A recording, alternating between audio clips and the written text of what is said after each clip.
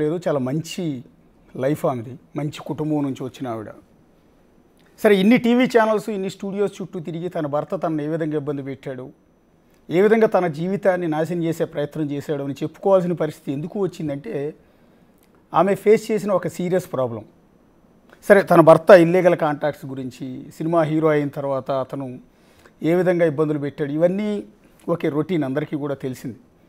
మనం డిస్కస్ చేయాల్సిన అంశం ఏంటంటే, ఒకటి బాడీ షేమింగ్, రెండు పెళ్ళిగాక ముందు అందంగా ఉన్న భార్య పెళ్ళై పిల్లలు పుట్టిన తర్వాత కాస్త ఒళ్ళు చేస్తే, కాస్త లావు అయితే అలాంటి భార్యను భర్తలు వద్దనుకుంటారు.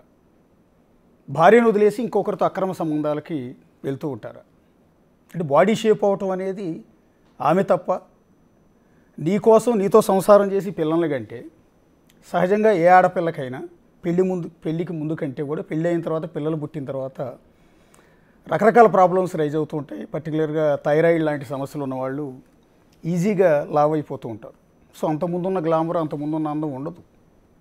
అంత మాత్రాన భార్యను వదిలి సినిమా హీరోయిన్ అంత మాత్రాన సినిమా హీరోయిన్లతో, సినిమా ఇండస్ట్రీ వాళ్ళతో అక్రమ సంబంధాలు పెట్టుకుని భార్యని టార్చర్ పెడితే అలాంటి వాడిని ఏమనాలి అనేదే ఇక్కడ మనం రైజ్ చేసే ప్రధానమైన ప్రశ్న. ఒకసారి గౌతమి చౌదరి గారు మనతో పాటు స్టూడియోలో ఉన్నారు.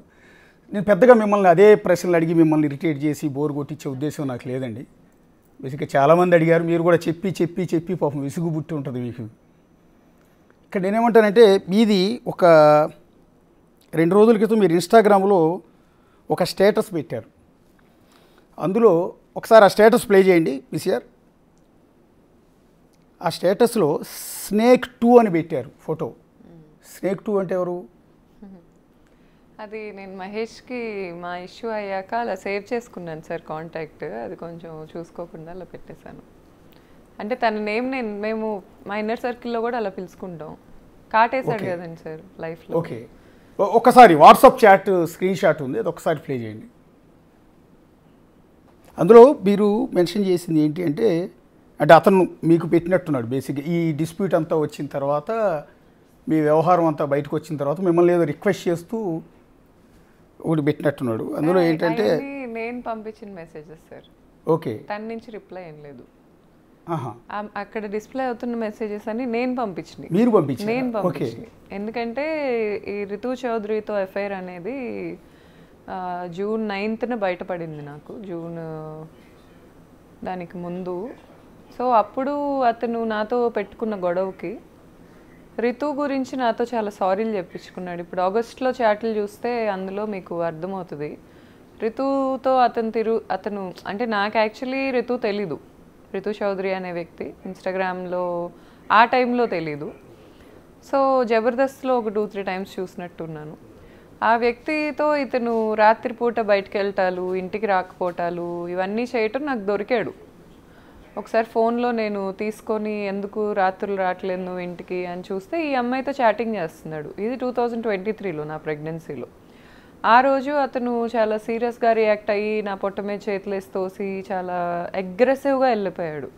వేరే రూమ్కి వెళ్ళిపోయి మా నాన్నకి మెసేజెస్ పెట్టాడు, ఇంకా నాకు ఈ అమ్మాయి వద్దు, ఇంకా నేను పడలేను మీ అమ్మాయితో. సో మాకు ఫస్ట్ ఫిజికల్ అటాక్ అనేది స్టార్ట్ అయ్యి మహేష్ నేను వద్దు అని నా గొడవ జరిగింది రితు చౌదరి విషయంలోనే. ఇప్పుడు రితు చౌదరి అంటే ఇప్పుడు బిగ్ బాస్లో ఉన్న ఆర్టిస్ట్ రితు చౌదరి. అవును, రితు చౌదరి. ఏమో మరి రితువా సార్? అంటే మేము ఆమె మీద ఇంతకుముందు కూడా మేము ఒకటి టెలికాస్ట్ చేసాము. ఆమె భర్త శ్రీకాంత్ అనే వ్యక్తి ఆంధ్రప్రదేశ్లో ఉన్న ఒక రాజకీయ పార్టీ అధికారంలో ఉన్నప్పుడు ఓకే ఈమె పేరు మీద, అతని పేరు మీద మొత్తం దాదాపు 700 ఎకరాలు అక్రమ భూములన్నింటిని కూడా రిజిస్ట్రేషన్ చేయించుకున్నారు. 1000 కోట్ల ఆస్తులు వీళ్ళ పేర్ల మీద ఉన్నాయి, బినామీలుగా ఉన్నారు.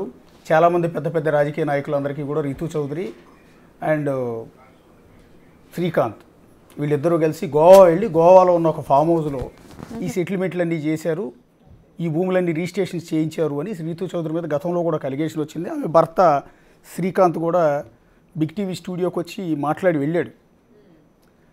తర్వాత రితు చౌదరిని కూడా సంప్రదించాం, కానీ ఆమె పెద్దగా రాలేదు. సో ఇప్పుడు బిగ్ బాస్కి కూడా వెళ్ళారు ఆవిడ. ఈ అలిగేషన్ తర్వాత ఒక విధంగా బిగ్ బాస్కి వెళ్ళడానికి కారణం కూడా ఆమె మీద వచ్చిన 700 కోట్ల స్కామ్. భూ స్కామ్కు సంబంధించిన వివాదం వచ్చిన తర్వాత రీతూ చౌదరి ఎవరో జనానికి తెలిసింది. అంతకుముందు మీరు చెప్పినట్టు జబర్దస్త్ గురించో సోషల్ మీడియా వల్ల ఆవిడ పాపులర్ కాల. 700 కోట్ల అక్రమ ఆస్తులకు సంబంధించి మేము ప్రసారం చేసిన కథనం ఇష్యూ ఇదంతా హైలైట్ కావటం, సెన్సేషన్ అవటం, దాని ద్వారా బిగ్ బాస్కి ఆమె ఒక విధంగా సెలెక్ట్ అయిందేమో అనుకుంటున్నాను నేను. సరే, దాని మీద ఇంతవరకు క్లారిటీ రాలా. ఆ తర్వాత శ్రీకాంత్ కూడా బయటికి రాలేదు, ఏమైపోయిందో కూడా తెలియదు, ఆ కేసు కూడా ఏమైందో తెలియదు. వీళ్ళ పేరుని రిజిస్ట్రేషన్ చేసిన సింగ్ అనే సబ్ రిజిస్టార్ని అరెస్ట్ చేశారు అక్కడ. ఆ తర్వాత అతని సంగతి ఏమైందో కూడా తెలియదు నిజానికి. సరే, అదంతా పక్కన పెడదాం. ప్రస్తుతం ఆ రీతూ చౌదరి అండ్ మీ భర్త సినిమా హీరో ధర్మ మహేష్ వీళ్ళిద్దరూ కలిసి ఉన్న ఒక వీడియో కూడా సర్క్యులేట్ అవుతుంది సోషల్ మీడియా. ఒకసారి అది ప్లే చేయండి పీసీఆర్. ఇదేనా? ఇదే వీడియో. ఇప్పుడు అతను ధర్మ మహేష్, ఆమె రితూ చౌదరి. ప్రస్తుతం బిగ్ బాస్లో ఉన్న రితూ చౌదరి రీసెంట్గా ఆంధ్రప్రదేశ్లో భూ కుంభకోణంలో ఆరోపణలు ఎదుర్కొన్న రితూ చౌదరి ప్రస్తుతం జరుగుతున్న బిగ్ బాస్లో నిన్న మొన్న నాగార్జున చివాట్లు కూడా పెట్టినట్టున్నాడు ఆవిడకి. ఆవిడ బిగ్ బాస్లో ఉన్న కొన్ని కారణాల వల్ల, కొన్ని ఘటనల వల్ల. సో ఆ రీతూ చౌదరి ప్రస్తుతం మన స్టూడియోలో ఉన్న గౌతమి చౌదరి భర్త ధర్మ మహేష్తో కలిసి ఉన్న వీడియో. ఎప్పటిదండి వీడియో ఇది? ఇది ఆగస్ట్ అనుకుంటా సార్. అక్కడ పైన ఉంటాయి సార్ స్టాంప్స్. అంటే ఈ పోయిన నెలలోనే 2025. అవును, అంటే బిగ్ బాస్కి వెళ్ళక ముందు ఆవిడ ఏది ఇదంతా మీరు బయటకు వచ్చి ధర్మ మహేష్ గురించి అలిగేషన్ చేసి కేసు పెట్టి ఇంత జరిగిన తర్వాత? అవును సార్, అనుకుంటా. I'm not sure about the dates. But వీళ్ళు నాకు ఎలా దొరికారంటే సార్, నేను ఈ అమ్మాయి వెళ్తున్న ఫ్లాట్ ఉంది కదా ఇప్పుడు ఇతన్ని కలవటానికి, నా దగ్గర ఒక 3 months ఫుటేజ్ ఉంది. వీళ్ళు వెళ్ళేది కూడా నాకు ఈ అమ్మాయి ఈ 2023లో ఎఫ్ఐఆర్ నడిచిందని నాకు తెలుసు, కానీ స్టిల్ కంటిన్యూ అవుతున్నారని నాకు తెలీదు. సో ఈ అమ్మాయి వెళ్తుందనే డౌట్ కూడా నాకు లేదు. నేను నా ఫుట్వేర్ ఒకటి ఉంది కాస్ట్లీది, చాలా కాస్ట్లీది, అది మిస్ అయింది. ఇతని ఫ్లాట్కి నాకు యాక్సెస్ లేదు, నన్ను రానివ్వట్లా, నాతో మాట్లాడట్లా. సో నేను అక్కడ అగ్రిమెంట్ నా పేరు మీదే ఉంటుంది ఫ్లాట్ది, మేమిద్దరం కలిసి ఉన్న ఫ్లాట్ అది. నా ఫుట్వేర్ చూసుకోవటానికి వెళ్ళా, సీసీటీవీ చెక్ చేసుకుందామని వెళ్తే ఈ అమ్మాయివి 1 కాదు 2 కాదు 10 రోజులు 20 రోజులు వస్తూనే ఉంది, డైలీ వస్తూనే ఉంది. అది కూడా timings night 1 to 4. Okay, either 12:30 అలా స్టార్ట్ అవుతుంది రావటం. ఒక 4 hours 3 hours ఉంటుంది సార్, ఎక్కువ ఉండదు. మళ్ళీ వెళ్ళిపోతుంది. ఇతను ఏ అసిస్టెంట్లతో అయితే ఇతని అసిస్టెంట్లతో నన్ను తిట్టిస్తాడో భార్యని, అదే అసిస్టెంట్లని ఈ అమ్మాయికి బాడీ గార్డ్స్గా పెట్టి పంపిస్తూ ఉంటాడు. సో నేను కొంచెం ఎంక్వైరీ చేశాను అక్కడ స్టాఫ్ని, ఆ కమ్యూనిటీలో. వీళ్ళని పంపించేశారు కమ్యూనిటీ వాళ్ళు. ఓకే, పంపించేశారు ఇవన్నీ తెలుసుకొని. నేను అక్కడ ఉండననే వాళ్ళకి తెలీదు, ఫ్యామిలీ ఫ్లాట్ అనుకుంటారు మాది. నేను ఎంక్వైరీ చేస్తే వాళ్ళు ఏమన్నారంటే, బ్లాక్ వెన్యూ కార్లో వస్తుంది మేడం ఆమె, బ్లాక్ వెన్యూ కార్ ఆవిడది, నెంబర్ కూడా ఉంది నా దగ్గర, నోట్ చేసుకున్నా. ఆ ఫుటేజెస్ కూడా ఉన్నాయి. రాత్రులే వస్తుంది, అర్ధరాత్రులు. సార్ కింద ఉండే స్టాఫ్ ఏం చెప్పారంటే, మేడం వచ్చింది నోట్ చేయకూడదు, నోట్ చేస్తే ఊరుకోని బెదిరించారు. ఓకే, మేడం చాలా సెలబ్రిటీ, మేడంని నోట్ చేయకూడదు, మేడం సార్కి పర్సనల్, పంపించాలి అని చెప్పారు. నేను డిస్టర్బ్ అయ్యా, అంటే నాకు అయిన డిస్టర్బెన్సెస్లో ఇది ఒకటి. ఈ అమ్మాయితో ఉంది అనేది నాకు 2023లోనే తెలుసు. వాళ్ళిద్దరి మధ్య ఎఫ్ఐఆర్ ఉంది అనుకుంటున్నారా? నేను అనుకుంటున్నా. నాకు ఉంది అని అతనైతే అడ్మిట్ చేయాలి. అతను చెప్పాడు నాకు 2023లో నువ్వు ఎఫ్ఐఆర్ నాకు పెడితే నేను పెడుతున్నాను అని ఎలిగేషన్. నువ్వు పెడితే నాకు హీరోయిన్లతో పెట్టు, ఇలాంటి ముచ్చుమొహాలు సైడ్ ఆర్టిస్టులతో నాకు ఎఫ్ఐఆర్లు పెట్టకు, ఇదే మాట అన్నాడు అతను. నాకు ఆ అమ్మాయి మొహం అలా నాకేమనిపించలే, అతనే అన్నాడు పెట్టకు నాకు ఎఫ్ఐఆర్లు ఈ అమ్మాయితో, నువ్వు పెడితే హీరోయిన్ మెయిన్ ఆర్టిస్టులతో పెట్టు. ఇలా ఈ అమ్మాయి సైడ్ ఆర్టిస్ట్, అతను సినిమాలో యాక్ట్ చేసింది. వీళ్ళిద్దరిది సీన్ కూడా ఉంటుంది, అందులో చీటింగ్ గురించే మాట్లాడుకుంటుంటారు వీళ్ళిద్దరు సినిమా సీన్లో. ఓకే, సో ఈ అమ్మాయి ఇష్యూస్ అవుతున్నాయి అని 100% ఆ అమ్మాయికి నేను మీడియాకు ఒకవేళ వెళ్ళక ముందు ఈ వీడియో ఉన్నా తెలుసు. ఎలా అంటే 2023లో ప్రెగ్నెంట్ నేను అమ్మాయికి కాల్ చేశా. ఓకే, నాకు వాళ్ళిద్దరి మధ్యలో ఎఫ్ఐఆర్ నడుస్తుందని నాకు ర్యాండమ్ పీపుల్ చెప్పారు. తను ఇన్ఫ్లుయెన్సరే కదా, పబ్బుల్లో కనిపిస్తున్నారు వీళ్ళిద్దరూ, రాత్రిపూట కలిసి తిరుగుతున్నారు, కార్లో కనిపించింది ధర్మాతో, ఇలా చెప్తుంటే నేను ఫోన్ చేసి అడిగా రితు ఏంటిది, ఇది నిజమేనా, నేను సర్టెన్ థింగ్స్ వింటున్నాను, ఇది నిజమేనా? అయ్యో చీచి, అసలు నువ్వు ఒక బిజినెస్ ఉమెన్ అని నాకు తెలుసు, నువ్వు చాలా తెలిసిన దానివి నాకు, నువ్వు ఒక ఇన్ఫ్లుయెన్సర్ అని నాకు తెలుసు, మీరిద్దరూ ఎప్పటి నుంచో నాకు తెలుసు, నేనెందుకు అలా చేస్తాను అనింది. నేను నమ్మేశా. ఇతన్నే నేను పట్టుకోలేకపోయా ఆ టైంలో. ఆ అమ్మాయిని నమ్మేసిన తర్వాత స్లోగా నాకు అసలు ఎప్పుడైతే ఈ అమ్మాయితో ఫ్రెండ్షిప్ స్టార్ట్ అయిందో సార్, ఖచ్చితంగా ఏదో అలవాటు చేసింది ఆ అబ్బాయికి అయితే నాకు అనిపించింది. ఒక వైఫ్కే అర్థమవుతుంది హస్బెండ్ ఎలా ప్యాటర్న్స్ మారుతున్నాయి, హస్బెండ్ నైట్ ఎప్పుడు రావట్లేదు, కొత్తగా ఈ హ్యాపీ డెంటల్ తింటాం ఒకటి, ఈ హ్యాపీ డెంటల్ ఎందుకు తింటున్నాడు, సర్టెన్ థింగ్స్ ఎందుకు కవర్ చేసుకుంటున్నాడు, ఇవన్నీ నాకు డౌట్లు వచ్చాయి. ఈ పాపకు ఆ ఫ్లాట్ ఇష్టం అనుకుంటా, మమ్మల్ని పంపించేసింది ఇతనితో చెప్పించి. ఇతనేమంటాడు, ఫ్లాట్కి ఆరా ఉండిద్దంట, ఆరా పేరు రితు చౌదరి ఏమో, ఫ్లాట్కి ఒక ఆరా ఉండిద్ది, నువ్వు వీడు వచ్చాక నాకు ఆరా పోయింది, మేము వెళ్ళిపోయాక ఇప్పుడు ఆరా ఉంది అతనికి. వాళ్ళ నైబర్స్ చెప్తారు సార్, అసలు ఎంతమంది అమ్మాయి. మీ ఓన్ ఫ్లాటే కదా, మీ పేరు మీద ఉన్న రెంటెడ్ ఫ్లాటే సార్, కానీ రెంటల్ అగ్రిమెంట్ నా పేరు మీద ఉంది. ఆ ఓనర్కి కూడా తెలీదు నేను లేనని అక్కడ, ఆయన ఎక్కడో ఉంటారు. ఓకే. సో ఇతను ఏం చెప్పుకుంటున్నాడు, పోనీ ఫర్ ఎగ్జాంపుల్ ఆఫీస్ అని చెప్పుకున్నాడు అనుకుందాం సార్, అమ్మాయి అమాయకురాలు అనుకుందాం, అమ్మాయికి పాపం ఏం తెలీదు, నోట్లో అరటిపండు పెట్టినా కొరకటానికి ఫోన్ చేసి అడిగిద్ది ఎవరు నేను ఎట్లా కొరకాలని. అలాంటి వ్యక్తి ఆఫీస్ అయితే ఆ టైంలో వెళ్తుందా? రోజు టైమ్ స్టాంప్స్ చూడండి ఆ వీడియోస్ మీద, నైట్ 1 o'clock నుంచి 4 o'clock ఆర్ మార్నింగ్ 6 o'clock వరకే అమ్మాయి ఉంటుంది. మిడ్ నైట్, మార్నింగ్స్ రాదు. ఒకవేళ మార్నింగ్ ఆ అమ్మాయిని పంపించాలి అంటే, ఒకవేళ వీళ్ళిద్దరు పడుకొని లేట్ నైట్, ఒకవేళ అమ్మాయి 7, 8 ఆ టైంకి లెగిస్తే ఒక అసిస్టెంట్ని ఇచ్చి పంపిస్తాడు. అమ్మాయి ఎవరికి సెలబ్రిటీ కదా, కనిపించకుండా ఇలా మొహాలు ముక్కులు ఇలా అనుకుంటా వెళ్తూ ఉంటుంది. ఈ అమ్మాయి ఓపెన్గా నా పేరు మీద ఉన్న ఫ్లాట్, అగ్రిమెంట్ ఉన్న ఫ్లాట్కి ట్రెస్ పాస్ చేసింది అనాలి నేను. నా రైట్ లేకుండా అర్ధరాత్రులు వచ్చి నా హస్బెండ్తో ఉంటానికి తను ఎవరు? ఇక్కడ మనం లాజికల్గా మాట్లాడాల్సింది ఏంటంటే, చాలామంది ప్రశ్నిస్తూ ఉంటారు, తప్పు ఏంటి, ఆడ మగ మధ్య స్నేహం ఉండకూడదు అని. ఎంత స్నేహం ఉన్నా ఒక అమ్మాయి అర్ధరాత్రి 1 o'clock అతను ఫ్లాట్కి వచ్చింది, అతను కూడా సింగిల్గా ఫ్లాట్లో ఉంటాడు. ఆ మహాతల్లి 1 గంటకు వచ్చి తెల్లారుజాము 4 గంటలకు వెళ్ళాల్సిన అవసరం ఏంటి అనేది ఇక్కడికి వచ్చింది. సో దీన్ని ఆడామగ మధ్య స్నేహం అనుకోవాలా, అక్రమ సంబంధం అనుకోవాలా, ఇంకోటి అనుకోవాలా? సార్ వాళ్ళిద్దరు ఇంటిమేట్ వీడియోస్ కూడా ఉన్నాయి నా దగ్గర. కానీ నేను ఒక సంస్కారవంతమైన కుటుంబం నుంచి వచ్చాను, ఒక ఆడపిల్ల పెట్టడం నాకు ఇష్టం లేదు. ఇప్పుడు దాకా ఇవి కూడా నా దగ్గర లేవన్నారు సార్. ఇతనికి ఒక టీం ఉంది, ఈ యాంటీ హిందూ యాంటీ నేషనల్ టీంని పట్టుకుంటాడు ఇతను. వాళ్ళు ఏంటంటారంటే, నాకు మెసేజ్ల్లో లేకపోతే ఫేక్ యూట్యూబర్స్కి డబ్బులు ఇచ్చి ఏం మాట్లాడిస్తారంటే, నా దగ్గర ఎవిడెన్స్లు లేవంట, అతని తలకొరివి అతనే పెట్టుకుంటున్నట్టు నా దగ్గర ఉన్నాయి, నేను వదలట్లా. ఎందుకంటే అతని మీద ఒకప్పుడు ఉన్న ప్రేమ మీద రెస్పెక్ట్ అనుకోండి, లేకపోతే ఆ అమ్మాయి కూడా ఒక కుటుంబానికి చెందిన ఆడది కదా, ఎందుకు చేయటం అనే పాయింట్లో నేను వదలట్లా. కానీ వీళ్ళకి ఆగదు అది.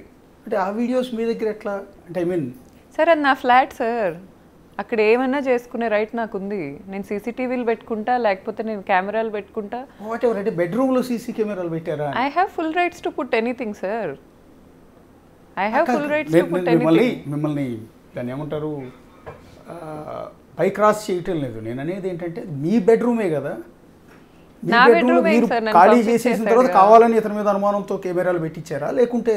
సార్ యాక్చువల్గా నన్ను అతను January 9th 12th నేను ఆ ఫ్లాట్లోంచి బయటకు వచ్చేసా. ఓకే. తర్వాత నేను 2 days హాస్పిటలైజ్ అయ్యా వీళ్ళ అరాచకాలన్నీ తెలిసి, ప్యానిక్ అటాక్స్కి గురయ్యి. తర్వాత అతనే నాకు ఒక ఇల్లు ఎతికి నన్ను బయటికి పంపించాడు. ఓకే. ఆ ఇల్లు అతనే ఎతికి పెట్టాడు, పంపించాడు. కానీ నేను వెళ్ళిపోయాక నాకు విడాకులు ఇవ్వట్లా, మళ్ళీ కలిసి ఉంటాను అని వచ్చి చెప్తాడేమో అనే హోప్ ప్రతి ఆడదానికి ఉంటుంది. సో అసలు అతను ఏం చేస్తున్నాడో తెలుసుకోవాలి కదండి సార్, అది బయట పెట్టే ఉద్దేశం కాదు.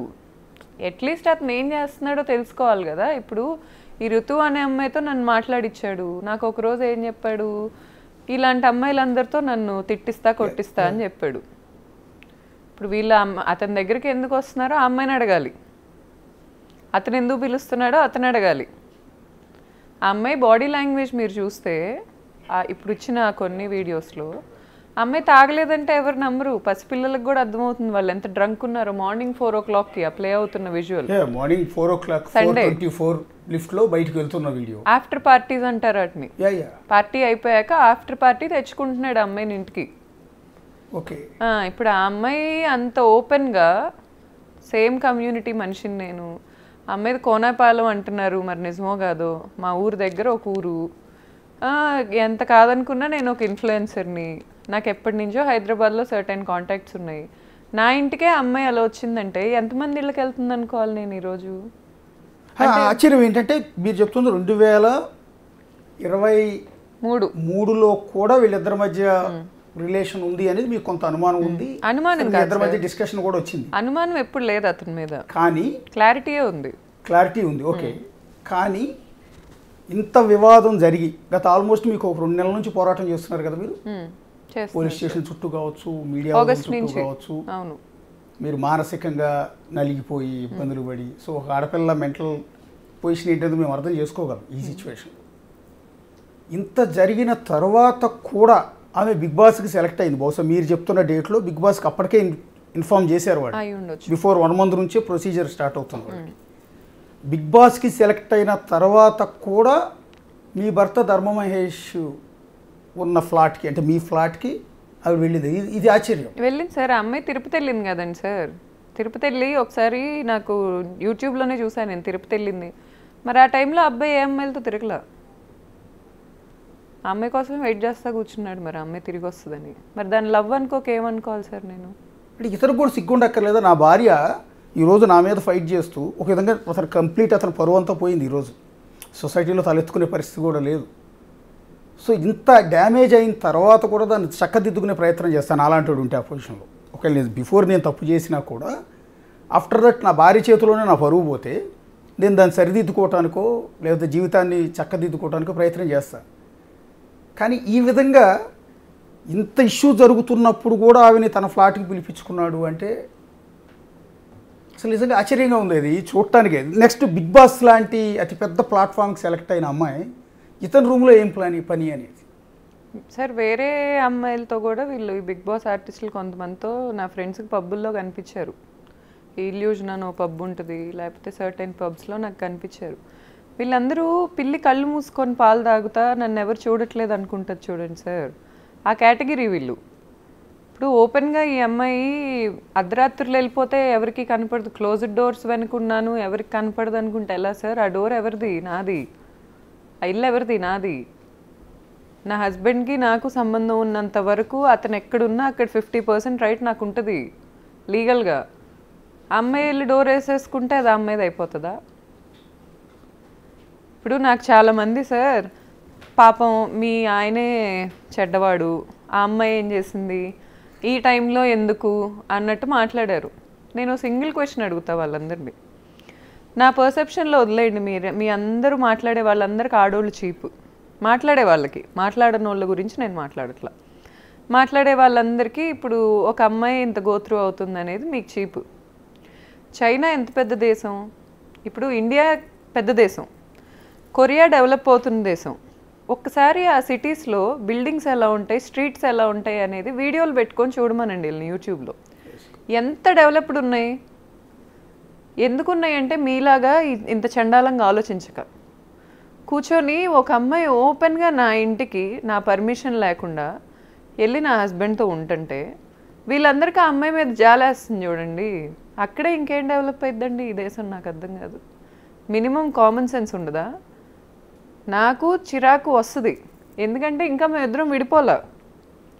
సరే ఆ అబ్బాయికి సిగ్గులేదు, నేను డినై చేయను, లేకపోతే నన్ను నాకంత ముద్దుగా ఒక బిడ్డ ఉన్నాడు మమ్మల్ని వదిలేయాల్సిన అవసరం అతనికి లేదు. ఈ అమ్మాయికి నేను తెలుసు కదండి సార్. నా క్వశ్చన్ ఇక్కడ ఒక ఉమెన్హుడ్గా నేను అడుగుతున్నా, ఒక ఉమెన్హుడ్ని నేను రిప్రజెంట్ చేస్తా. ఎంతమంది ఉమెన్కి ఆ అమ్మాయి మీద జాలుందో నాకు తెలీదు, కానీ నేను ఇక్కడ ఒక ఉమెన్హుడ్ని రిప్రజెంట్ చేస్తా అడుగుతున్నాను. పెళ్ళాం ఊరు వెళ్తే సినిమాలో లాగా ఈ అమ్మాయి నా ఫ్లాట్లో దూరింది. ఎంతమంది ఫ్లాట్స్లో వీళ్ళు దూరుతున్నారు? అసలు ఈ అమ్మాయి సర్కిల్ ఏంటి? ఈ అమ్మాయి కాల్ డేటా తీయండి. ఎంతమంది షుగర్ డాడీస్ ఉన్నారు ఈ అమ్మాయికి? ఎంతమంది అబ్బాయిలు డబ్బులు కొల్లగొడుతుంది? ఇవన్నీ బయటికి తీయండి. అసలు ఈ అమ్మాయి వెనకెవరున్నారు? ఆన్సర్ ఇవ్వండి నాకు.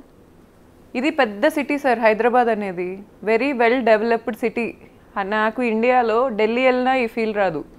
ఇప్పుడు ఆ నిలోఫర్ కెఫే ఏరియా దగ్గర నించుంటే ఒక ఫారిన్లో ఉన్నట్టు ఉంటుంది, అంత డెవలప్డ్ సిటీ మంది. అలాంటి సిటీలో ఇంత ఓపెన్గా వీళ్ళు నేను ఒక ఇన్ఫ్లుయెన్సర్ని, నేను వాయిస్ చేయగలను అని తెలిసి కూడా ఈ అమ్మాయిలు ఇలాంటి పనులు చేస్తున్నారు అంటే, వీళ్ళు వాయిస్ లేని ఇళ్లల్లో ఏం చేస్తున్నారు? ఒక ఆడదానికి వాయిస్ లేదు అని తెలిస్తే వాళ్ళ మొగుళ్ళతో వీళ్ళు ఎన్నో రాజకాలు చేస్తున్నారు. వీళ్ళ ఫోన్ డేటాలు తీయండి, వీళ్ళ వాట్సాప్ చాట్లు తీయండి, ఏం పని సార్ వీళ్ళకి? అంటే the biggest platform Bigg Boss అండి, హైయెస్ట్ వ్యూయర్షిప్ ఉన్న ప్లాట్ఫామ్ కూడా అది. అలాంటి ప్లాట్ఫామ్కి ఆమెను సెలెక్ట్ చేశారు. బేసిక్గా కాంట్రవర్సీతోనే సెలెక్ట్ చేశారు ఎక్కువ. ఎందుకంటే సోషల్ మీడియా ఆమె చేసే వీడియోస్ చూసి అయితే బిగ్ బాస్కి ఎంపిక చేయలే, ఆమె మీద వచ్చిన కాంట్రవర్సీతోనే ఆమెను సెలెక్ట్ చేశారు. ఇప్పుడు ఆవిడ 2 వారాలు దాటి 3వ వారం బిగ్ బాస్లో ఉంది. ఆమెను కొంతమంది ఆదరించేవాళ్ళు కూడా ఉన్నారు, ఆవిడ కొంతమంది ఫ్యాన్స్ ఉన్నారు. ఫ్యాన్స్ ఓట్లే బట్టే కదా ఇన్ని వారాలు. వాళ్ళందరికీ మీరు ఏమైనా చెప్పదలుచుకున్నారా?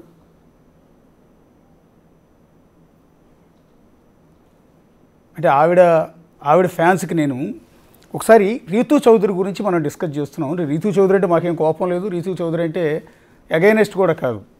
వరుసగా 2 కాంట్రవర్సీల్లో ఆవిడ బిగ్ టీవీ వేదికగా ఆవిడ గురించి డిస్కస్ చేస్తుంది. ఒకటి బిగ్ బాస్ బయట ఉన్నప్పుడు బిగ్ టీవీలో డిస్కస్ జరిగింది, బిగ్ బాస్ లోపలికి వెళ్ళిన తర్వాత మళ్ళీ బిగ్ టీవీలో ఆవిడ గురించి డిస్కషన్ జరుగుతోంది. ఒకసారి ఇష్యూ జరిగినప్పుడు అది మేమే రైజ్ చేసాం, అతిపెద్ద కుంభకోణంలో ఫస్ట్ టైం రీతూ చౌదరి అనే ఒక సోషల్ మీడియా ఇన్ఫ్లుయెన్సర్, బహుశా జబర్దస్త్లో చిన్న క్యారెక్టర్లు ఏవో చేస్తుంటారు తప్ప పెద్ద పాపులర్ కూడా కాదు, పెద్దగా తెలిసింది కూడా కాదు.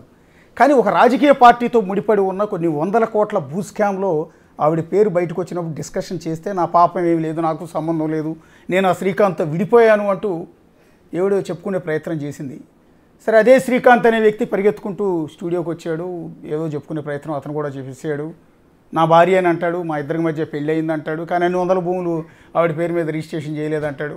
సో ఆ రోజు మొత్తం డాక్యుమెంట్స్తో సహా తీసి చూపించాము. సో ఇప్పుడు బిగ్ బాస్ లాంటి ప్లాట్ఫామ్ మీదకి వెళ్ళి ప్రస్తుతం ఒక రియాలిటీ షోలో పార్టిసిపేట్ చేస్తున్న రీతూ చౌదరి అదే బిగ్ బాస్కి వెళ్ళే ముందు మన స్టూడియోలో ఉన్న గౌతమి చౌదరి గారి సొంత ఫ్లాట్కి ఆమె భర్త ఉన్న గదిలోకి వెళ్ళి కొన్ని రోజుల పాటు సీసీ ఫుటేజ్లో దొరికిపోయారు అడ్డంగా. సరే, ఏ అపార్ట్మెంట్కైనా ఎవరైనా వెళ్ళొచ్చు, స్నేహితులు ఉండొచ్చు, బంధువులు ఉండొచ్చు, ఇంకొకళ్ళు ఉండొచ్చు. అర్ధరాత్రి 1 గంట నుంచి తెల్లవారుదాం 4 గంటల వరకు వెళ్తారనేది ఇక్కడ విచిత్రం, విడ్డూరం, ఆసక్తికరం. సో దాని గురించే మనం ఇక్కడ డిస్కస్ చేస్తున్నాం. ఇలా ఒకసారి బిగ్ బాస్ వ్యూయర్స్కి ఏం చెప్తారండి? బిగ్ టీవీకి కాదు, బిగ్ బాస్ వ్యూయర్స్కి. ఎందుకంటే ఆమె 2 వారాలు కొనసాగింది అంటే చాలామంది ఓట్లేసారు ఆవిడకి. సో నెక్స్ట్ వీక్ కంటిన్యూ అవ్వాలన్న వాళ్ళ ఓట్లే కీలకం. సో ఇలాంటి టైంలో ఆమెకు సంబంధించిన ఈ వీడియో బయటకు వచ్చింది.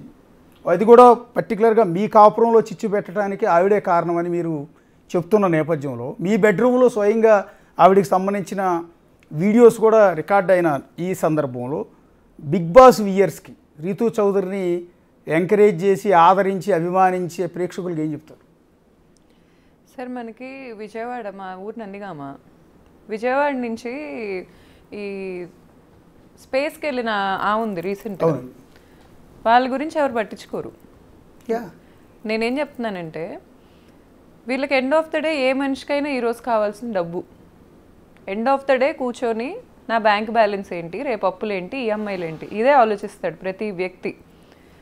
ఇట్లాంటి వాళ్ళని ఆదరిస్తే అసలు అలాంటి ఎక్స్పెక్ట్ చేయకండి.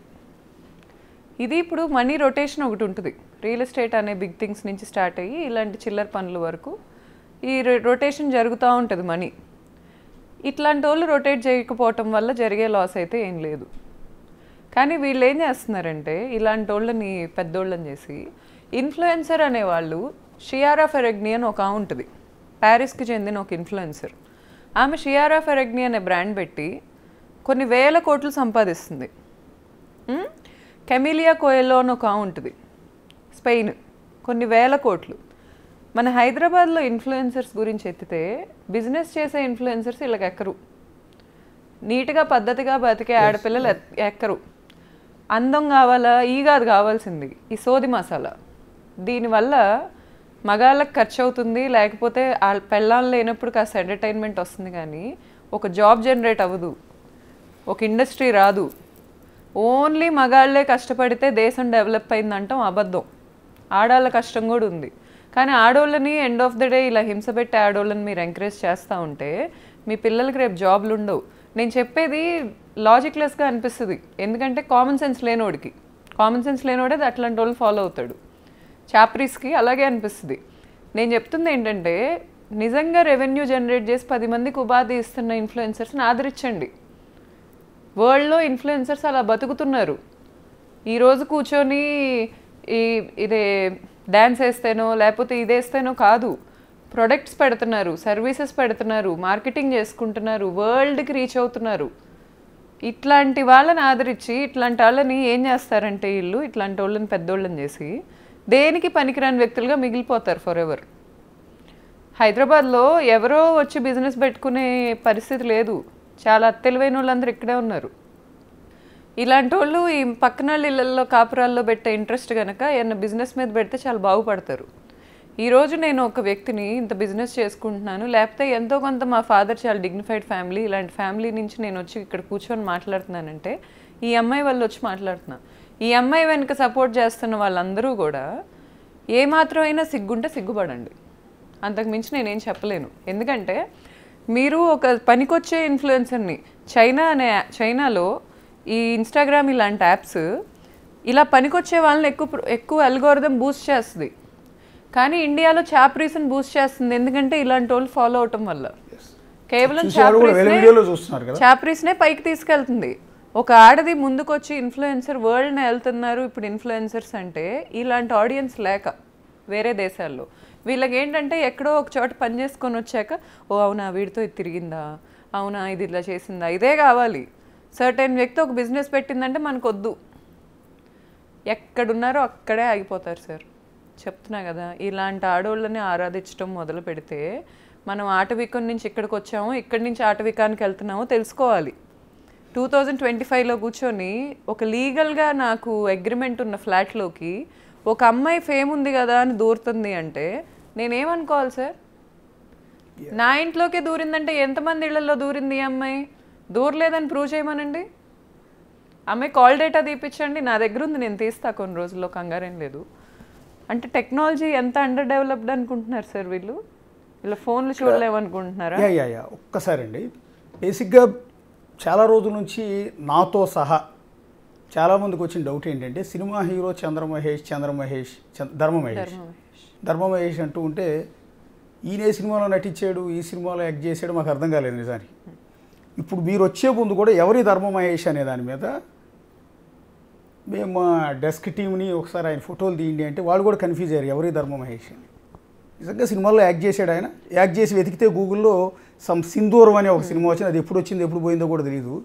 బేసిక్గా ఆయన పాపులర్ హీరో కూడా కాదు, పెద్ద క్యారెక్టర్లు కూడా చేసినట్టు ఏం లేదు. సరే, అతను సింధూరం అనే సినిమాలో చేశాడు, ఆ సినిమా బాగానే ఉంటుంది. ఓకే, ఆ సినిమా బాగానే ఉంటుంది, అది బాగానే లైవ్ అయింది, ఓటీటీకి కూడా ఎక్కింది. ఆ టైంలో బాగానే ఉన్నాడు అతను. వాళ్ళ సినిమా హీరోయిన్ కూడా చాలా డిగ్నిఫైడ్గా ఉండేది. అసలు ఈ సెకండ్ సినిమాలో ఉన్నంత చాప్రీస్ జల్లెడి బట్టి ఎతికినా ఎక్కడ దొరకరు. ఆ హీరోయిన్నే ఆ రితు చౌదరి ఇంకో పాప ఉంది వాళ్ళ సినిమాలో, ఆ పాపేమో నన్ను బెదిరిస్తుంది. అసలు వీళ్ళు రెండో సినిమా ఏంటండి? ఇతను రెండో cinema drinker Sai sir. Drinker Sai OTT సినిమానా మామూలుగా రిలీజ్ అయిందా? వాళ్ళకు థియేటర్ ఉంది సార్, దాంట్లో రిలీజ్ చేశారు. మిగిలిన థియేటర్స్ నాకు తెలీదు. వాళ్ళ థియేటర్లోనే మొత్తం రిలీజ్ చేసుకున్నారు. ఓటీటీకి అయితే ఇంకా ఎక్కల. ఎందుకంటే ఇప్పుడు మీరు చెప్తున్న తర్వాత కూడా మాకేం స్ట్రైక్ అవ్వట్లేదు. నేను కూడా సినిమా ఇంట్రెస్ట్ ఉంది, నాకు కూడా నేను సినిమాలు చూస్తాను. బట్ మీరు చెప్పిన సినిమా టైటిల్ కూడా నాకు రిజిస్టర్ కాల. ఆ సినిమా అసోసియేషన్తో చాలా పాడైపోయాడు సార్ ఇతను, చాలా పాడైపోయాడు. అంటే ఇతను ఏదో ఉత్తముడు, కేవలం ఈ రితు చౌదరి వల్ల నేను చెడిపోయాడని నేను అనను, కానీ చాలా చాప్రీస్ ఉన్నారు ఆ సినిమాలో. ఆ ఐశ్వర్య శర్మ అనే అదో పెద్ద వేస్ట్ ఫెలో. అసలు వీళ్ళందరి గురించి అడ్రస్ చేయకపోతే నాకు పాపం తగిలిద్దేమో అనిపిస్తుంది నాకు. ఎందుకంటే ఈ అమ్మాయి ఇంత ఓపెన్గా వస్తుంది వెళ్తుంది, ఎంతమంది ఫ్లాట్స్ క్యారెక్టర్ ఆర్టిస్ట్. ఇంకొక హీరోయిన్ ఐశ్వర్య శర్మ. ఓకే, అమ్మాయి హీరోయిన్. మిమ్మల్ని బెదిరించింది ఎవరండి? బిగ్ బాస్లో సీత అని ఒక ఆర్టిస్ట్ ఉంటుంది sir, baby cinema fame. Sita అండి. ఆ అమ్మాయి అసలు నాకు పరిచయం కాదు, ఓకే నాకు సంబంధం లేదు. అవుట్ ఆఫ్ నోవేర్ సడన్గా నాకు మెసేజ్లు పెట్టింది ఇన్స్టాగ్రామ్లో. ఓకే మేము మా గౌల్దొడ్డి బ్రాంచ్ ఓపెనింగ్ చేసుకుంటున్నాం, మాది 16వ బ్రాంచ్. ఓపెనింగ్ చేసుకుంటుంటే ఈ పాప అంట నేను ఓపెనింగ్ చేయలేనంట. ఓకే నేను ఇప్పుడు క్రికెటర్ గారి కోసం చూస్తున్నా, క్రికెటర్ ఎవరితో అయినా ఓపెనింగ్ చేపిద్దామని. ఒక పెద్ద క్రికెటర్తో నేను డైరెక్ట్గా మాట్లాడుతున్నాను, అది ఓకే అవుతుంది ఆల్మోస్ట్. ఓకే ఆ టైంలో ఏమైందంటే వరల్డ్ వార్ జరిగిద్ది అనే పాయింట్ వచ్చింది కదా, ఏదో యుద్ధాలు జరిగి. ఆ పాయింట్లో క్రికెట్ అంతా షిఫ్ట్ చేశారు, ఓకే స్కెడ్యూల్ మారింది. సో నేను ఇలా వెతుకుతున్నానని ఆ పాపకి ఎవరు చెప్పారో నాకు తెలీదు, ఇతను కాక ఎవరు చెప్తారు నాకు తెలీదు ఎవరు చెప్పారు. ఓకే అమ్మాయి సడన్గా నన్ను ఇన్స్టాగ్రామ్లో తగులుకుంది. ఓకే నువ్వు చేయలేవు ఈ పని, నేను చేస్తా అంటది. ఈ పిల్ల చేసిందా సార్ 16 బ్రాంచులు నాకు? ఓకే వీళ్ళు ఆర్టిస్టులు లైఫ్లో బతకాలనుకునే వాళ్ళు బతకాలి, కానీ ఇళ్లల్లో కాపురం చేసుకునే ఆడవాళ్ళతో వీళ్ళకేంటి సార్ అసలు దందానే ఏంటిది? నాకు అర్థం చెప్పేది రీతు గురించే సీత గురించి. రీతుతో నేను మాట్లాడా, అది వేరే ఎపిసోడ్. ఓకే సీత వేరే ఎపిసోడ్. ఓకే సీత అనే అమ్మాయి నన్ను తగులుకుంది, గట్టి తగులుకుంది. అసలు నువ్వు ఎలా లాస్ట్ సీజన్ లో బిగ్ బాస్ కి వచ్చింది, బేబీ సినిమాలో కొంచెం నెగిటివ్ క్యారెక్టర్ ఆ అమ్మాయి హీరోయిన్ వెనకాల గట్టి తగులుకుంది నన్ను. నేను ఆ అమ్మాయి అంటే నాకు సెలబ్రిటీని సెట్ చేసిద్ది అంటే, ఈ అమ్మాయి బిజినెస్ సార్ నాకు అర్థం కాదు. ఇప్పుడు సెలబ్రిటీ మేనేజర్స్ ఉంటారు, వాళ్ళు సెలబ్రిటీని సెట్ చేస్తారు. ఓకే ఈ అమ్మాయి ఎవరు అసలు? నా బిజినెస్లో ఈ అమ్మాయికి ఏంటి అసోసియేషన్? ఇతను ఇలా ఫ్లాట్లకు పిలవగానే వీళ్ళందరూ నా బిజినెస్ ఓన్ చేశారు అనుకుంటారా ఏంటి? ఓకే ఇప్పుడు ఆ అమ్మాయితో నేను ఆ రోజే ఆ అమ్మాయి నన్ను బ్లాక్ చేసింది. మళ్ళీ దరిద్రం ఏంటంటే వాళ్ళే వస్తారు నా ఇంటి ముందుకు, వాళ్ళే డాన్స్లు వేస్తారు, వాళ్ళే రాళ్ళు వేస్తారు, వాళ్ళే చీ అంటారు, వెళ్ళిపోతారు. ఓకే అదేదో పెద్ద ప్రోగ్రామ్ లాగా. ఆ అమ్మాయి వచ్చి నాతో గొడవ పెట్టుకుంది. ఓకే నేను అమ్మాయిని ఏం అడిగానంటే, సరే ఓకే నువ్వు నాకు హెల్ప్ చేయాలనుకుంటే good intention, very good, I appreciate it. అసలు నీకు ఎలా తెలుసు మేము క్రికెటర్ని ఎత్తుతున్నామని ఓకే అని అడిగితే, నాకు ఎలాగో తెలుసు, మీరు ఎక్కడ ట్రై చేస్తున్నారో అక్కడ పని అవ్వదు, నేను మీకు ఆ పని చేసి పెట్టగలను. అసలు ఎవరు సార్ వీళ్ళంతా? ఎవర్రా మీరంతా అనే స్టైల్లో అయిపోయింది నా బతుకు. అసలు ఎవరు వీళ్ళంతా? ఇప్పుడు అతనితో అసోసియేషన్ ఉంటే అతనితో ఉండాలి, నన్ను ఎందుకు కదిలిస్తారు? అసలు బిగ్ బాస్ ఆర్టిస్ట్ అమ్మాయి ఏదో కాదండి, అతనితో ఉన్న పరిచయంతో మీకేదో హెల్ప్ చేసే ధోరణిలో అడిగిందా, లేకపోతే మీరు రితు చౌదరి లాగా ఆమె కూడా? అది నాకు తెలియదు భర్తతో, నాకు తెలియదు సార్, అది నేను కామెంట్ చేయలేను. ఎందుకంటే నేనైతే ఆ సీత అనే అమ్మాయిని ఎప్పుడు ఇతనితో అలా చూడలేదు. ఆమె డ్రింకర్ సాయి సినిమాలో యాక్ట్ చేసింది. ఓకే చేసింది. సో ఇప్పుడు ఆ అమ్మాయి నాకేం చెప్పిందంటే, చాట్లు ఉన్నాయి మావి. ఓకే ఆ అమ్మాయి ఏం చెప్పిందంటే, నేను చేయలేను కాబట్టి ఆ అమ్మాయి చేసిద్దంట. ఓకే ఇప్పుడు సార్ నేను మీకు హెల్ప్ చేయాలని వచ్చా, మీరు కార్ కొనుక్కుంటున్నారని నాకు ఎవరో ఎక్స్పర్సన్ చెప్పారు. ఈ కార్ కాదు, ఈ కార్ తీసుకో అని చెప్తే మీకు కూడా తీసుకోబుద్ది అయిద్ది. నేను వచ్చి నువ్వు కార్ సెలెక్ట్ చేయలేవు, నీ వల్ల కాదు, నీకు అంత సీన్ లేదు, అందుకే నేను వచ్చి హెల్ప్ చేస్తున్నానంటే మీకు ఎలా ఉంటుంది?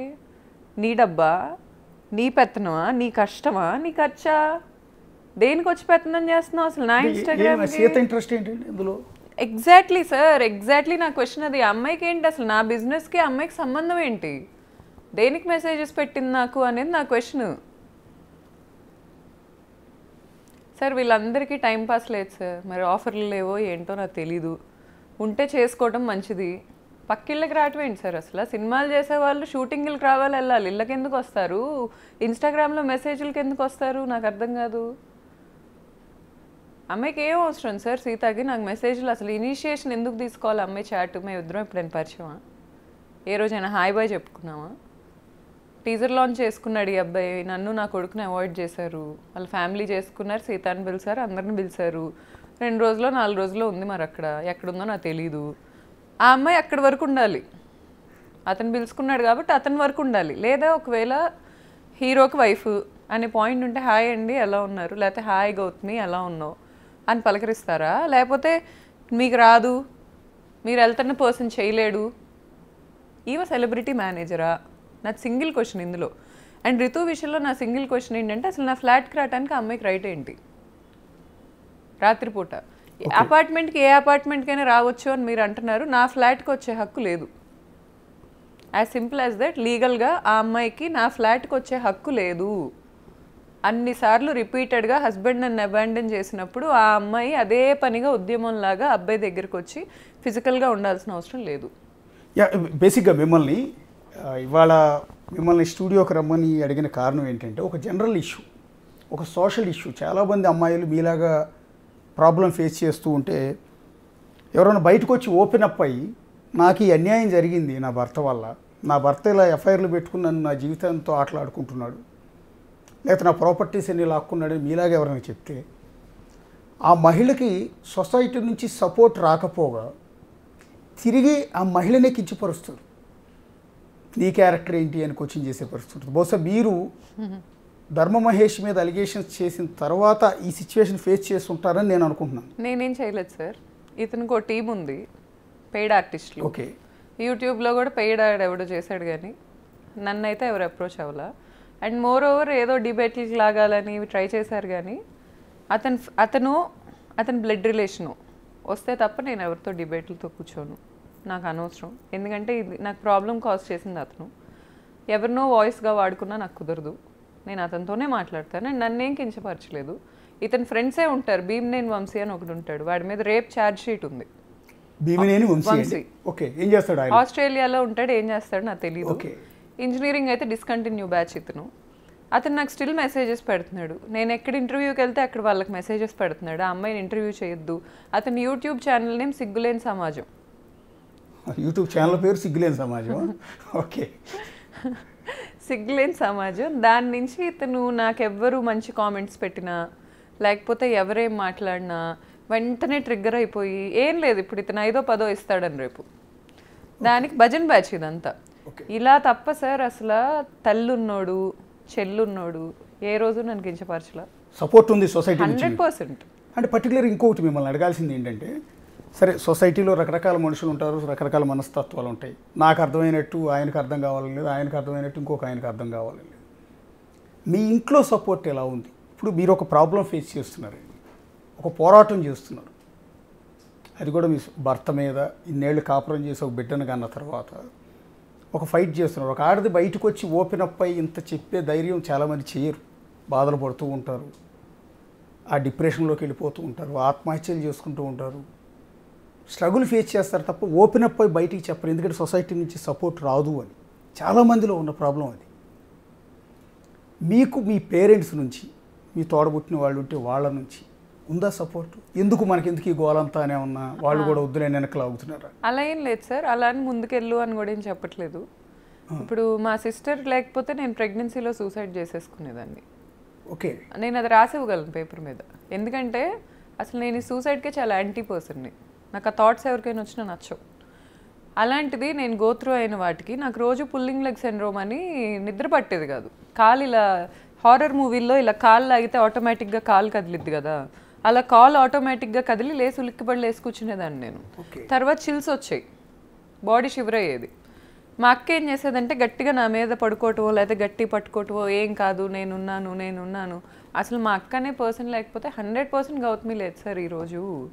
అంటే ఈ హెల్త్ ప్రాబ్లం భర్తతో ఈ గొడవల తర్వాత డిప్రెషన్ నుంచి వచ్చిన ప్రాబ్లమా లేకపోతే బిఫోర్ దట్ ఉందా? 100% యాంగ్జైటీ సార్. యాంగ్జైటీ వల్ల సార్ నేను నార్మల్గానే నాకు ధైర్యం ఎక్కువ. ఇతను అనే వ్యక్తి నా హార్ట్లో ఉన్నాడు కాబట్టి నేను అతని దగ్గర భయపడ్డా. లేకపోతే నేను తప్పులు చేయలేదు, భయపడాల్సిన అవసరం నాకు లేదు. అతను అనేవాడు నన్ను వదిలేస్తాను, నన్ను బ్లాక్ చేసి నన్ను దూరం పెట్టి ఈ అమ్మాయిలతో తిరుగుతా, నువ్వు కూడా అబ్బాయిలతో తిరుగు, ఇలాంటి మాటలు మాట్లాడాడు కాబట్టి నాకు ప్యానిక్ అటాక్స్ అయినాయి. ప్యానిక్ అటాక్స్ కూడా మామూలుగా అవ్వాల.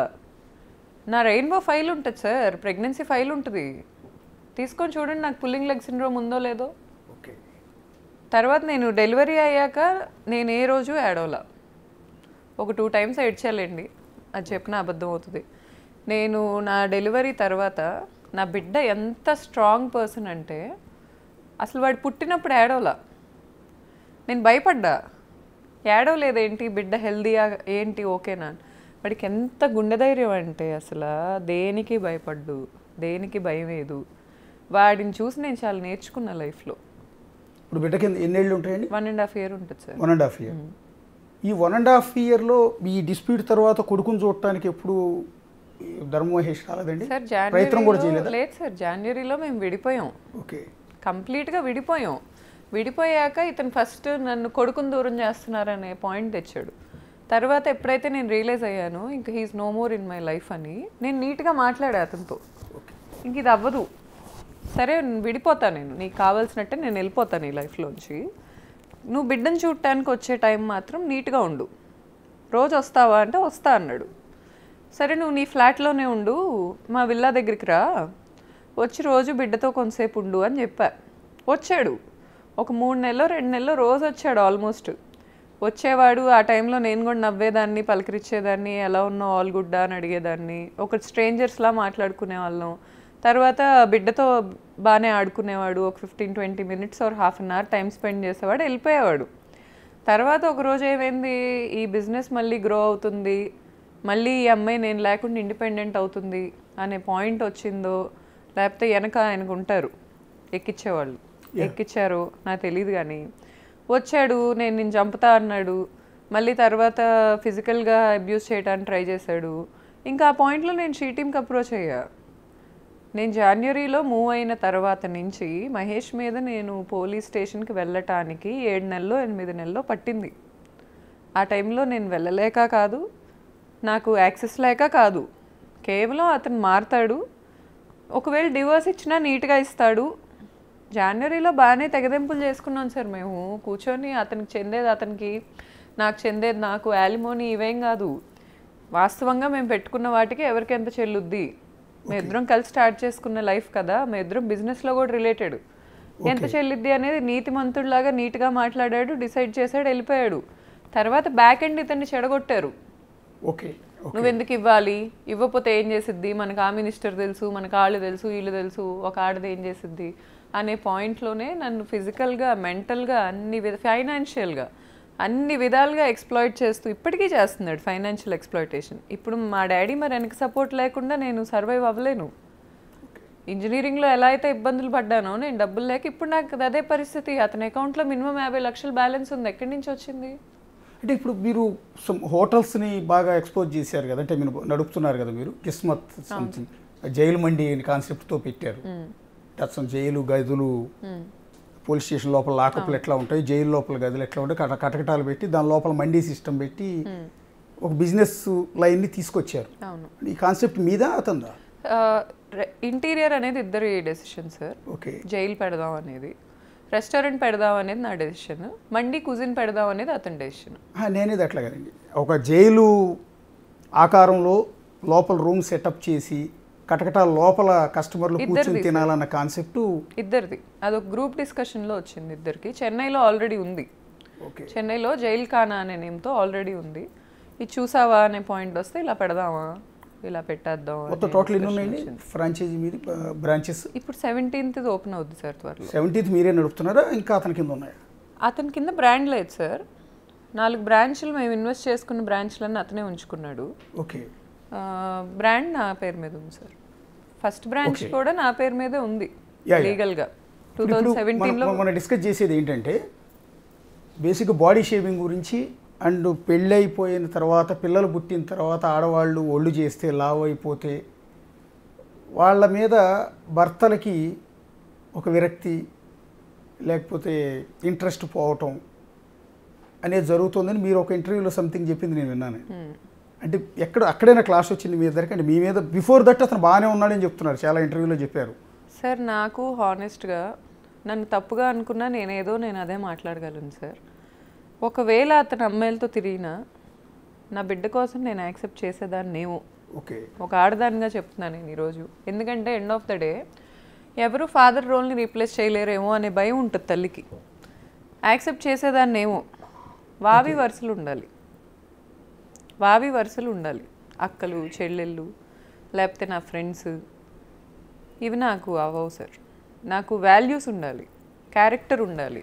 ఇప్పుడు తప్పు చేశారు అంటే అబ్బాయికి కూడా 30 ఏళ్ళు, ఏదో 30 ఏళ్ళు వైఫ్ దూరంగా ఉంది, లేకపోతే రకరకాల ఈ రితు చౌదరి లాంటి వాళ్ళు పక్కన ఏదో ఎక్కించుంటారు, ఏమన్నా తినగోడిని ఇచ్చుంటారు, మైండ్ పని చేయలేదు అనుకోవచ్చు, అనుకొని క్షమించవచ్చు. కానీ వరుసలు ఉండాలంట నేను, అంతే. క్యారెక్టర్ ఉండాలి. నేను ఇది బాడీ షేవింగ్ చేశారు మిమ్మల్ని పెళ్ళైన తర్వాత. మీరు పెళ్లికి ముందు మిమ్మల్ని బాగానే ఇంట్రెస్ట్, ఇద్దరు అరేంజ్ మ్యారేజా? Arranged marriage, love marriage? Love arranged sir. Love come arranged. First love, తర్వాత అరేంజ్డ్. అంటే ఇంటర్ క్యాస్ట్ లాంటిది ఏం కాదు? కాదు. Okay, love come arranged. Okay, and then ఈ సందర్భంలో పెళ్లికి ముందు మిమ్మల్ని బాగానే ప్రేమించాడు, బాగా సార్. మిమ్మల్ని బాగానే చూసుకున్నాడు, అంతా అయింది. పెళ్ళై బాబు పుట్టిన తర్వాత మీరు కొంచెం ఒళ్ళు చేశారు, లావ్ అయ్యారు, వెయిట్ గెయిన్ అయ్యారు. ప్రెగ్నెన్సీ నుంచి వెయిట్ గెయిన్ అయ్యారు. అప్పటి నుంచి మిమ్మల్ని అవాయిడ్ చేస్తున్నాడా? అవును. అంటే లావ్ అయ్యారనే కారణంతోనేనా? అది నాకు తెలియదు సార్, కానీ నాతో ఒకసారి అన్నాడు. ఒకసారి నాతో ఏమన్నాడంటే, నువ్వు ఎంత బాగుండేదానివి, ఎంత సన్నగా ఉండేదానివి, నీకు న్యాచురల్గా యాబ్స్ ఉండేవి, అసలు ఇలా అయిపోయావేంటి, నమ్మలేకపోతుందని నేను చూస్తుంటే. సార్ ఇప్పుడు మనం ఆటవిక కాలంలో లేవు సార్. అడ్రస్ చేయటం వల్ల ఒక మనిషి తప్పుడోళ్ళు అయిపోరు. ఉమెన్కి చాలా నీడ్స్ ఉంటాయి ప్రెగ్నెన్సీలో, అది హస్బెండే తీర్చగలడు. ఆ టైంలో దూరంగా ఉన్నాడంటే మరి ఇష్టం లేకే కదా, యాజ్ సింపుల్ యాజ్ దట్ కదా. ఒకసారి ఓపెన్ అయ్యాడు, నాకైతే నిన్ను చూడాలని లేదు అనేది. అంత చూడాలని లేకపోతే చూడకనే చెప్పాను నేను, రాకు నా దగ్గరికి, మాట్లాడకు. మళ్ళీ వస్తాడు, మళ్ళీ మాట్లాడతాడు. ఇతనిలో ఇద్దరు ఉంటారు. ఒక వ్యక్తి మంచోడు, ఒక వ్యక్తి అసలు ఇంకా వర్ణాతీతం. ఇద్దరి మధ్యలో నలిగిపోతారు ఎవరైనా అతనితో. ఎందుకంటే అతని మీద నాకు ఎంత ఇష్టం లేకపోతే నాకు రితు చౌదరి మీద కోపం వస్తుంది. ఒకసారి మీరు, ఇప్పుడు కాదు, నేను చూసిన రోజు అతని మీద నాకు ఎంత ఇష్టం లేకపోతే జనవరిలో నేను 2 రోజులు ఐసీయూలో ఉండి హాస్పిటలైజ్ అయ్యి అతన్ని స్టిల్ నేను క్షమించా. ఎంత ఇష్టం ఉండాలి నాకు? 13 ఏళ్ళు అతనితో నేను ఉన్నానంటే నా మనసులో ఎంత ఇష్టం ఉండాలి అతనంటే. నేను ఈ 13 ఏళ్ళలో ఇంకో మగాడిని కనీసం చూడలేదు అంటే, నేను వయసులోనే ఉన్నాను, నాకు చుట్టూ ఉంది కలర్ఫుల్ లైఫే, నా చుట్టూ నన్ను ఫ్లర్ట్ చేసే అబ్బాయిలు ఉన్నారు. నేను ఎవరికి స్కోప్ ఇవ్వలే ఏ రోజు, ఇవ్వలేదు. అంటే అతని మీద నాకు ఎంత ఇష్టం. ఈ ఇష్టం రావటానికి అతను ఏమీ చేయకుండా వస్తుందని నేను అన్ను. అతను నా 19 ఇయర్స్ ఏజ్లో అతను చేసిన వాటికి నేను ఇష్టపడ్డా, చాలా అన్కండిషనల్గా ఇష్టపడ్డా. కానీ దానికి ఇలాంటి వ్యక్తులందరూ కలిసి ఓ మాఫియా లాగా, ఈ అమ్మాయి కాదు సార్, ఇప్పుడు ఆ బిగ్ బాస్ సీత అయినా ఏంటి అంత డిఫెన్స్? ఒక మొగుడు పెళ్ళాం మధ్యలో నీకేంటి? నాకు అర్థం కాక అడుగుతాను, ఇప్పుడు కాదు, అప్పుడు జరిగింది. మీరు అన్నది అది కానీ బేసిక్గా నేను ప్రెగ్నెన్సీతో ఉన్నప్పుడు కొంత ఒళ్ళు చేశాను. సహజంగా చాలా మంది థైరాయిడ్ ప్రాబ్లం వల్ల లావ్ అవుతారు, 36 kgs చాలా మంది ప్రాబ్లమ్స్ గెయిన్ అవుతారు. దాని కారణంగా కూడా నన్ను ఇబ్బంది పెట్టాడు, నన్ను హేళన చేశాడని కూడా మీరు ఒక ఇంటర్వ్యూలో అన్నారు, నేను లావ్ అయ్యావని. బట్ మీరు ఎక్కడ లావ్ లేరు కదంటే. ఆ తర్వాత మళ్ళీ ఏమన్నా? తగ్గాను సార్, ఇప్పుడు నేను 28 kgs తగ్గాను పోస్ట్ డెలివరీ. నేను నార్మల్గానే ఫిట్నెస్ ఫ్రీక్ సార్, నాకు ప్రెగ్నెన్సీలో అవ్వలేదు అంతే. ప్రెగ్నెన్సీలో నేను 10 minutes కూడా వాక్ చేయలేకపోయేదాన్ని, బాడీ సహకరించి. సహజంగా లేడీస్ ఎవరైనా ప్రెగ్నెన్సీలో ఉన్నప్పుడు లావ్ అవుతారండి. అవును, అది కామనే కదా. కొంతమందికి థైరాయిడ్ అటాక్ చేస్తుంది. ఆ టైంలో అయితే నాతో లేట్ సార్ అతను. ఏ రెయిన్బో హాస్పిటల్కి వెళ్ళి నన్ను చెకప్లు చేసిన వాళ్ళని అడిగినా చెప్తారు నేను సింగిల్గానే వచ్చానని. విజయవాడ రెయిన్బో అప్పటికే మిమ్మల్ని వదిలించుకోవాలనుకుంటున్నాడు అంతే. ఇల్లీగల్ కాంటాక్ట్స్ వల్లేనా? 100% సార్. అసలు Ritu Chowdary one of the main reasons కూడా. ఏం మీ జీవితాన్ని నాశనం చేసింది రితు చౌదరి. 100% ఆ అమ్మాయి హ్యాండ్ ఉంది సార్. ఎవరు డినై చేస్తే ఎందుకు భయపడాలి సార్? అసలు ఎవరికి నేను భయపడే అవసరం నాకు లేదు. అసలు ఆ అమ్మాయికి ఏం పని? పెళ్ళైన అతనితో సినిమాకి వచ్చిన అమ్మాయి యాక్ట్ చేయాలి, పోవాలి. ప్రోగ్రామ్ని ఆమె భర్త శ్రీకాంత్ మరి ప్రస్తుతం భర్త అని చెప్పుకుంటుందో చెప్పుకోవట్లేదో తెలియదు, అతను భార్య అని చెప్పుకుంటున్నాడో లేదో తెలియదు, అతను కూడా చూస్తూ ఉంటాడు. అలాగే రితు చౌదరి అమ్మా నాన్న కృష్ణా జిల్లా వాళ్ళు అనుకుంటా బహుశా. వాళ్ళకి పబ్లిక్గా ఏమైనా చెప్పదలుచుకున్నారు మీరు? సార్ నేను అసలు మహేష్తో వాళ్ళ ఫ్యామిలీతో తప్ప ఇంకెవరికేం చెప్పదలుచుకోవట్లేదు సార్. రితు చౌదరి వాళ్ళ ఫ్యామిలీ మరి ఎందుకు ఇలా ఈ అమ్మాయిని ఎంకరేజ్ చేస్తున్నారో నాకు తెలీదు. వాళ్ళ హస్బెండ్ ఏం గో త్రూ అయ్యాడో అసలు అతనితో నాకు సంబంధం లేదు. Don't want to talk with him. అసలు నాకు అనవసరం. ఈ అమ్మాయి వచ్చి నా ఫ్లాట్కి రావటం మాత్రం నాకు కుదరలా, నాకు అవ్వలా. ఈ అసందర్భంగానే ఒక మాట అండి, బేసిక్గా బిగ్ బాస్ను హోస్ట్ చేస్తున్న నాగార్జున గారికి మీ జీవితాన్ని నాశనం చేశారని మీరు చెప్తున్న రితు చౌదరి గురించి ఏమైనా చెప్పదలుచుకున్నారు? పోనీ సార్ నాగార్జున గారికి చెప్పేంత పెద్ద అవసరం లేదు, పెద్ద చిన్న అవసరం లేదు. యాక్చువల్లీ ఆ ప్రోగ్రామ్ హోస్ట్ చేస్తున్నది ఆయన. ఒకరి జీవితాన్ని నాశనం చేసి హైయెస్ట్ వ్యూయర్షిప్ ఉన్న ఒక ప్రోగ్రాంలో పార్టిసిపేట్ చేసిన ఒక అమ్మాయి గురించి బహుశా వాళ్ళకి తెలిసి దానిలో రిక్రూట్ చేస్తారు, తీసుకుంటారా? బిగ్ బాస్లోకి తెలియకుండా తీసుకుంటారా? అలాంటిది మీకు చెప్పొచ్చు, చిన్న పెద్ద అక్కర్లేదు. నా జీవితాన్ని నాశనం చేసిన అమ్మాయిని మీరు మీ ప్రోగ్రాంలో ఇవాళ పార్టిసిపేట్ చేయించి ఆయన మార్కులు వేస్తాడు కదా ప్రతి శనివారం ఆదివారం వచ్చి. సార్ ఇప్పుడు నా పెయిన్ అనేది ఎంతమంది పర్సనల్గా తీసుకుంటారో నాకు తెలీదు. కానీ నేనైతే పెయిన్ గో త్రూ అయ్యాను అనేది 100% నిజం. ఇప్పుడు ఇలాంటి ఆడోళ్ళ వల్ల ఈరోజు నేను గో త్రూ అయింది, రేపు ఈ చూసే వాళ్ళ ఇళ్ళల్లో వాళ్ళు కూడా గో త్రూ అవుతారు. ఎవరికైనా మన దాకా వచ్చేదాకా నొప్పి తెలియదు. సో ఇప్పుడు నా పెయిన్ని బేస్ చేసుకొని ఆ అమ్మాయిని ఎలిమినేట్ చేయాలని నేను అనుకోవట్లా. నాకు అనవసరం. నాకు చేయాల్సిన డ్యామేజ్ ఆ అమ్మాయి చేసేసింది. అండ్ ఇప్పుడు ఒక పంది బురదలో బొర్ల మంది నన్ను అని నేను వెళ్ళి బురదలో బొర్లను, నేను డర్టీ అవుతా. నాకు ఆ క్లారిటీ ఉంది. సో ఆ అమ్మాయితో కానీ ఆ అమ్మాయి అసోసియేట్స్తో కానీ నాకు అనవసరం. కానీ ఆ అమ్మాయి చేసింది అక్షరాల తప్పు. అది నేను ఈరోజు అడ్మిట్ చేస్తున్నా as a wife. And more over ఆ అమ్మాయిని బిగ్ బాస్లో ఉంచుకుంటారో లేకపోతే ఆ అమ్మాయికి మహారాణిగా గుళ్ళు కడతారో నాకు అనవసరం. ఈరోజు నేను ఇది అడ్మిట్ చేయకపోతే నా డివర్స్ అయ్యాకో తర్వాత కొన్ని రోజులు అయ్యాక వీళ్ళందరూ నన్ను సింపతి కార్డ్ వేస్తారు నా మొహాన. ఈ అబ్బాయి అమ్మాయి కలిసి తిరగటాలు, వాళ్ళిద్దరు డ్యూయెట్లు పెట్టి నేనేదో మొగుడు కోల్పోయిన దానిలాగా నా మొహాలు పెట్టటాలు, ఇవన్నీ నాకు అవ్వవు. I want to expose her, I exposed her అంతే. ఇలా నేను ఎవరినైతే ఎక్స్పోజ్ చేయాలనుకుంటున్నానో చేస్తాను. Because I have right. నేను నా బిడ్డ ఇక్కడ కోల్పోయాం. ఆ అమ్మాయికి బిగ్ బాస్ షో పోవచ్చు, కానీ నా బిడ్డ చైల్డ్హుడ్ బాగొట్టారు మీరు. ఇప్పుడు చూస్తున్న మగాళ్ళందరూ చిన్నప్పుడు తండ్రితో స్పెండ్ చేసిన మూమెంట్స్ గుర్తురావా? నా బిడ్డకి ఎందుకు లేకుండా చేసింది ఈ అమ్మాయి? వాళ్ళు ఓట్లు వేసుకొని ఏంటి సార్ గుళ్ళ, వాళ్ళ కర్మ సార్. అది కర్మ సిద్ధాంతం అనేది ఉంటే వాళ్ళ కర్మ అది. ఒకసారి బిగ్ బాస్ వ్యూయర్స్కి, అలాగే అన్నపూర్ణ స్టూడియోస్కితో కనెక్షన్ ఉన్న వారికి, అలాగే నాగార్జున గారి దగ్గర పనిచేస్తున్న టీము, లేకపోతే హాట్స్టార్లో ఈ బిగ్ బాస్ని ఆర్గనైజ్ చేస్తున్న టీం ఎవరైనా తెలిసిన వాళ్ళు ఉంటే వాళ్ళకి గౌతమి చౌదరి గారి ఆవేదనని రీచ్ చేసే ప్రయత్నం చేయమని రిక్వెస్ట్ చేస్తూ ఉన్నాం. ఇవాళ ఒక జీవితం నాశనం అయింది, నా బిడ్డకి తండ్రిని దూరం చేశారు, నా జీవితాన్ని నాశనం చేశారు అని ఒక ఆడపిల్ల ఈ విధంగా అన్ని టీవీ స్టూడియోల చుట్టూ వెళ్ళి ఆవేదన వెళ్ళగక్కుతుంది. అది కూడా ఒక బిగ్ బాస్లో పార్టిసిపేట్ చేస్తున్న ఒక మహిళ వల్ల. సో ఈ సంగతి నాగార్జున గారికి తెలియాల్సిన అవసరం లేదా? అంటే ఎలాంటి వారిని మీరు బిగ్ బాస్కి సెలెక్ట్ చేస్తూ ఉన్నారు, వాళ్ళు ఎలాంటి వారి జీవితాలు నాశనం చేస్తున్నారు అనేది నాగార్జున గారికి ఖచ్చితంగా తెలియాలి. ఆయనకి చేర్చే ప్రయత్నం చేయండి. అలాగే బిగ్ బాస్ని విపరీతంగా చూసి ఓట్లేసే జనం ఉన్నారే, కొన్ని కోట్ల మంది ఓట్లు వేస్తున్నారు బహుశా. సో వాళ్ళందరికీ తెలియాల్సిన అంశం, మీరు ఎవరిని ఆదరిస్తున్నారు, ఎలాంటి షోని ఆదరిస్తూ ఉన్నారు, ఎలాంటి షోలో పార్టిసిపేట్ చేస్తున్న వారిని మీరు ఆదరించి ఓట్లు వేస్తున్నారు అనేది మీరు ఒక్కసారి ఇవాళ గౌతమి చౌదరి గారి గొంతులోంచి వచ్చిన ఆవేదన వచ్చి ఆవిడ ఏడవటం చేత కాదు, కానీ లేకపోతే మిగిలిన వాళ్ళ మాదిరిగా ఈ పాటికి మా ఫ్లోర్ తడిచి ఉండేది. ఆవిడ ఏడవాలని ఆవిడకి ఇంట్రెస్ట్ లేదు, అంత అధైర్యంగా బతకాలని కూడా లేదు. పోరాడాలనుకుంటోంది, పోరాడుతోంది, న్యాయ వ్యవస్థను నమ్ముకుంది, పోలీస్ స్టేషన్లో కంప్లైంట్ ఇచ్చింది. సో పబ్లిక్కి తెలియాలనుకుంది నాలాగా ఇంకొకరి జీవితం నాశనం కాకూడదు ఇంకొక ఆడదాని వల్ల అని. అందుకని ఇంత పబ్లిక్గా వస్తోంది. ప్రతి స్టూడియో మెట్టెక్కుతున్నారు పాపం, ఎక్కి 2 గంటల పాటు అక్కడ కూర్చుని తన ఆవేదన అంతా తెలియజేసే ప్రయత్నం చేస్తూ ఉన్నారు. ఒక విధంగా ఇది ఆవిడ ఒక్కటి సమస్య కాదు, రేపు మాపా ఆవిడ డైవర్స్ తీసుకుంటారు, హ్యాపీ. ఆవిడ బిజినెస్ ఆవిడ చేసుకుంటారు, ఆ బిడ్డతో కొన్నాళ్ళు ఉన్న తర్వాత మర్చిపోతారు, ఇదంతా పెయిన్ అంతా మర్చిపోతారు. ఇంకా వీలైతే నచ్చితే ఆవిడ పెళ్లి చేసుకుంటారు, హ్యాపీగా ఉంటారు. కానీ ఇలా జీవితాలు నాశనమై రోడ్డును పడి ఆత్మహత్యలు చేసుకుని చనిపోయే ఆడవాళ్ళు ఎంతెంతో మంది ఉన్నారు. ఈ విధంగా ధైర్యంగా పబ్లిక్గా మీడియా ముందుకో లేకపోతే జనాల ముందుకు వచ్చి మాట్లాడే ధైర్యం ఉన్న ఆడపిల్లలు చాలా తక్కువ మంది. వాళ్ళ ఇళ్లలో తల్లిదండ్రులు కూడా వెనకలాగుతారు, వద్దు పరువు పోతుంది వద్దు అని. మొగుడు కొట్టినా తిట్టినా పడి ఉండమని చెబుతారు. మొన్నడెవడో ప్రకాశం జిల్లాలో ఒకటి చూసాం, 2 చేతులు విరిచి 2 స్తంభాలకి చేతుల్ని కట్టేసి భార్యని వెనక నుంచి బెల్ట్తో కొడుతున్నాడు, వెనక నుంచి కాళ్ళతో తంతున్నాడు.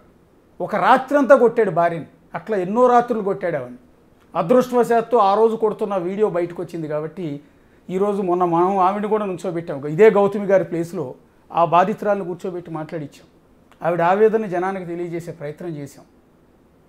సో ఇలాంటి దుర్మార్గులు, అక్కడ వాడు స్తంభానికి కట్టేసి ఆవిడని పట్టుకుని కొట్టాడు, ఇక్కడ గౌతమి గారిని అలా కొట్టలేదు, అంతే తేడా. ఇది క్లాస్, అది మాస్ అంతే. కానీ ఎక్కడైనా నలిగిపోతున్నది ఆడదే ఇలాంటి వారి చేతుల్లో. సో ఇది తెలియటం కోసం నాలాగా ఇంకొకరి జీవితం నాశనం కాకూడదు అని గౌతమి గారు ఈరోజు ఈ విధంగా పబ్లిక్గా వచ్చి మాట్లాడుతూ ఉన్నారు. ఇవాళ రేపో ఎల్లుండి ఆవిడ ఎపిసోడ్ ముగిసిపోతుంది, ఇంకా ఆ తర్వాత ఆవిడని ఎవరో కూడా గుర్తుపెట్టుకోరు. ఆవిడ కూడా ఈ గుర్తు పెట్టుకోవాలని ఎక్స్పెక్ట్ చేయదు, ఎందుకంటే ఈ నరకం నుంచి బయటకు వస్తే చాలు, నాకు డైవర్స్ వస్తే చాలు, నా బిడ్డతో నేను హ్యాపీగా ఉంటే చాలు అని అనుకుంటాను.